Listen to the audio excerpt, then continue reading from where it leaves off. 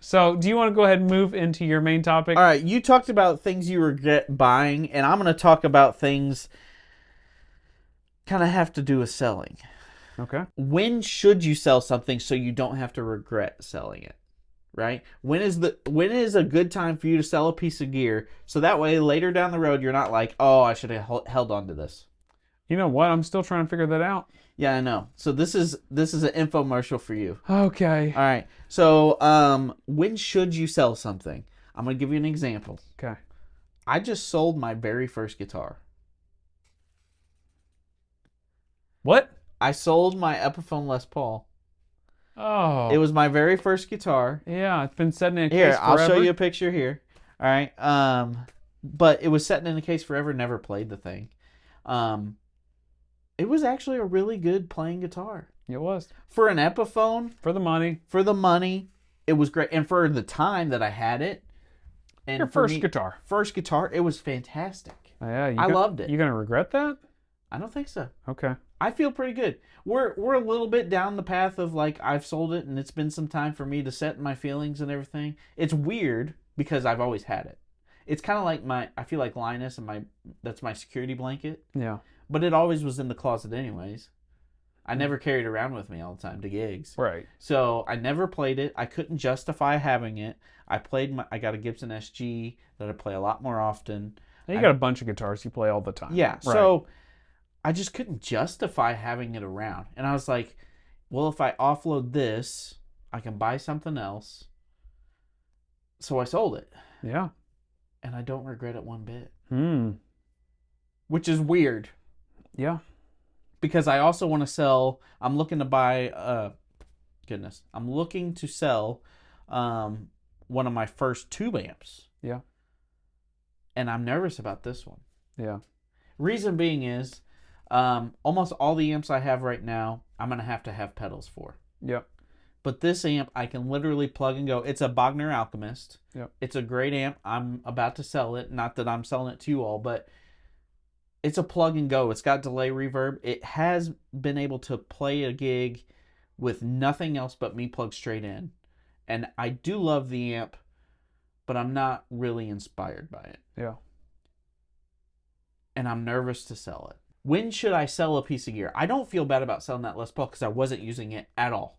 Yeah. When's the last time you took that Alchemist to a gig? Last year, and then I realized I didn't need to play it.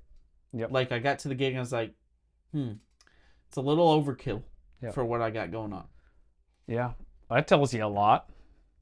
It's been a year of gigging and you haven't used it once. But I keep going back to I've used it a lot in the past. Yeah. And You recently bought a Princeton.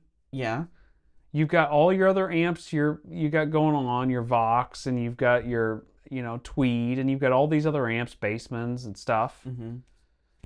I don't know what hole that it's going to fill that one of your other amps can't. But if I ever go into a band that they're playing Carlos Santana, that is the amp. No. If I'm ever going A into Boogie would be. a Rascal Flatts Nope. cover band, Nope. but if I ever go into, I'm just saying, that thing fills a lot of like gaps. 80s rock, Yeah. that would be kind of the amp I would take. Nope. Doesn't need it. But I don't play that stuff. Get rid of it. Get I'm rid of it. holding on to it for right now, but I say that it's up for potential sale. Yeah. But it's in my possession. You've got it listed. It's listed. Here's what it comes down to, right? So I've sold a lot of guitars. We were just talking about how I've sold 8 guitars in the last few years. I don't regret selling any of them. Not one of them. I think I'm down to the point where I don't think I can sell any of the guitars I've got now, currently anyway, because they've either got sentimental value to me or I'm using them daily and I just love them. So I'm kind of in a good spot with that. I don't regret selling any of those. Were they tools I could use at the time? Yes. But I was not necessarily inspired when I played them. Got rid of them and got myself something that I was truly inspired with and not looking back a bit. Kind of like your Les Paul. Here's where I have a hard time. I can do that with guitars and amps pretty easy because I can tell like when they're going to move in and out. I have a hard time with pedals. So you can tell I end up with a lot of pedals, and this isn't all of them. This is just what's up here on the shelves now, but I have a hard time offloading pedals because I always think to myself, we all know like seasons of change causes me to switch my drive sections. Mhm. Sometimes I want to try a different delay style. All these different pedals. I have a hard time with pedals. But recently I've thought about like, what if I offloaded a couple of these pedals I haven't used in a long time to pick up some of these like different odds and ends pedals that are maybe like the original version of some of these pedals I've got. I think if it doesn't work in your current situation, but you are a fan or have been a fan of it, you should hold on to it. So if you'd liked something in the past, you should always hold on to it. If that opinion hasn't changed. Okay. Okay. But like if it's good at like an 80s rock thing, you don't play 80s rock right now, but it's got its thing and it's great at it, you should hold on to it. Mm-hmm. But if you have something that you just are not inspired, you've either fell out of love with it or you can't even at this point say it's good for this, you should probably let it go. And that's the thing with my amp right now. It's got good things for it. I don't know. But if you've got something that covers that space and is really good at covering that space also, you probably don't need it, right? It's not inspiring to you and you've got something that would cover that space. Yeah, That's where you're at with that amp. I guess. And it's hard to let go of because you do have things that would cover that space. Your Princeton with the right pedal mic'd up is going to do it. You know, your Tweed, your Bassman, your Vox. Like you got so many things. When you had that Alchemist, it was your first tube amp you ever had. That was your amp. If I'm going to go play a gig, this is my amp. Yeah. Now you've got all these amps with all these different decisions to make. Yeah.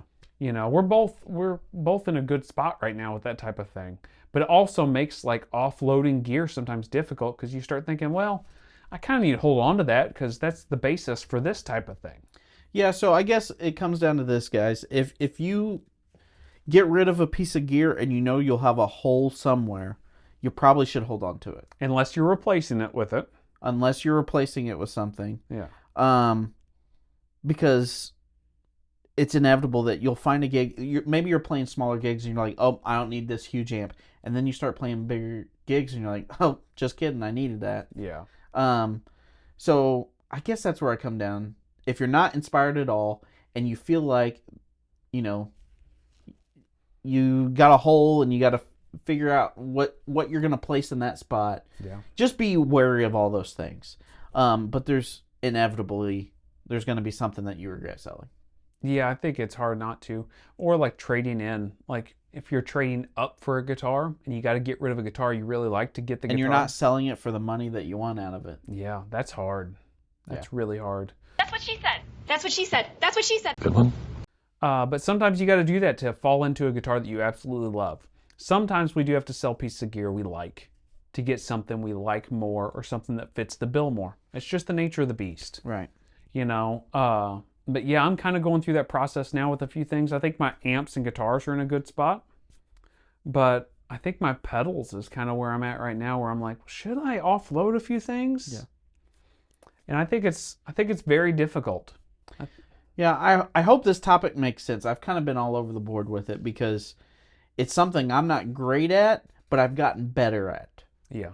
It's easier when you're letting something go that you're not using much to get a replacement for, basically, that you're very inspired by. Right. That is much easier. And I think probably comes down to, I mean, what is that, Marie Kondo or whatever? We talked about that before. Does it bring you joy? That's that inspiration thing. But she also talks about, if you haven't used something in a year, that old rule of thumb, if you haven't used it in a year, you're probably not going to use it. Yeah. Maybe that doesn't go for everything like big Marshalls and stuff like that, but maybe it does. I mean, if you don't use it in a year, are you going to use it the next year? Well, that's been 2 years now. Yeah. And And how much is that sentimental value worth? That's what I had to decide with my Epiphone Les Paul. Yeah. I was like, how much is it worth? Is it worth keeping around and not getting something, worth a crap? Or is it, and worth a crap's probably bad, I know what bad you mean. wording, but like, You know what I mean? It's just, how much is that sentimental value worth to you, and is it, the make or break of whatever you get coming in? So I Yeah. don't know. I think it's also, there's something like refreshing about a smaller number of items, but they're really good. Yeah. I had a time where I had a large collection of guitars, But not one of them was really good. but they were all just kind of like meh. Yeah.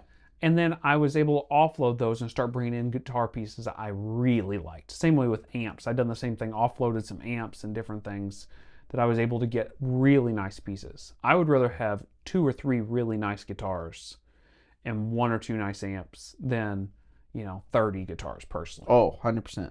So that's just me. But yeah, it's hard to know when to sell something. But I think you probably know. In the back of your head, I think you probably know. You haven't used it in a year. You're looking to upgrade to something nicer that you really love. Or if you're looking to fill a spot that you need, filled. Yeah. That's why I regret selling my Angry Fuzz from Visual Sound. Yeah. Because it did a thing. It was really cool, but I didn't use it at the time, so I sold it.